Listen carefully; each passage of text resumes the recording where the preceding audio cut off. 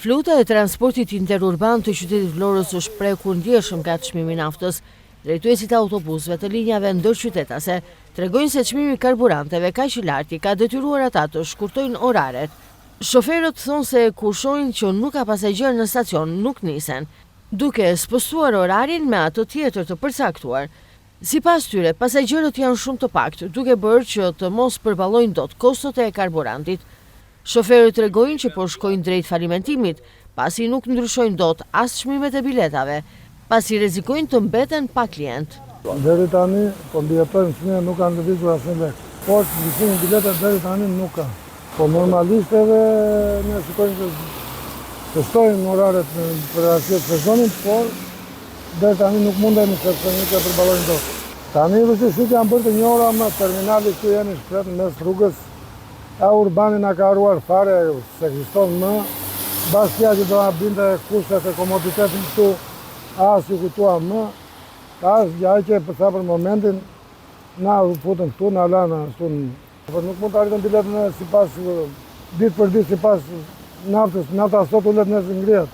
Çmimi ka 200, neve se bëjmë dot çmimin njësoj me naftën. Po na ka çuar në limitet e fundit, bëhet fjalë për vështirësi, po problemi se nuk rritën dot çmimin.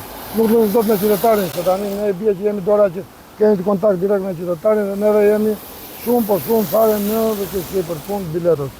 Naftës të juve? Po si s'ka ndikuar. Pse? Çfarë ndikimi ka dhënë? 17.000 lekë në ditë, më tepër. Pasagjerët s'ka, janë më pak. Çfarë keni bërë? Ka pas rritje të çmimit të biletës? Jo, bileta është ka qenë. Ajo që ka qenë. Po. Pasagjerët për shkak të çmimeve apo dhe çmimit naftës ekonomisë kanë janë më pak apo jo? Ndikon dhe ekonomia. Po si po mbijetoni në këto kushte? Ja, kemi shkurtuar ato oraret. Oraret në shkurtim? Ne kemi larguar makinat, s'po vim punë. Kjo është. Keni zgjedhur ditë që edhe s'vinin punë, ëh? Po ka ditë bosh do vim. Se që këte ikën bosh, se këtu e stacioni zjen as autobus as gjë. Njerëzit u me zivin. 10.000 lekë me taksia, 5.000 lekë bjem në qandeja. Po ku do vej kjo situatë? Si do mbijetoni? Do mbyllen. Çfarë kërkoni nga shteti? Po çfarë kërkojmë ne? Këto ne kemi bërë me sindikata, neve ashtu do. Po ndonjë subvencion për naftën?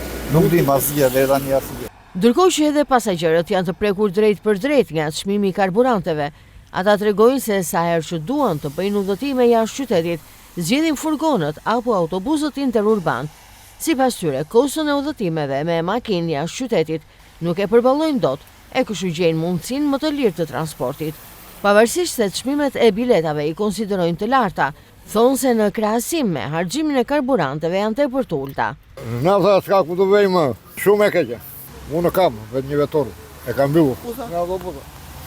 Që të them unë ka ndikuar apo s'ka ndikuar, unë nuk e përdor makinën. Po patjetër ndikon, ja ne do ta paguajmë që kemi hall, do ipim në ato busa, në fugona. Si këndot? Makinat flin grana në shtëpi. Është mbyllur makina. Jo do ta marrim naftën në pension që marrim ne.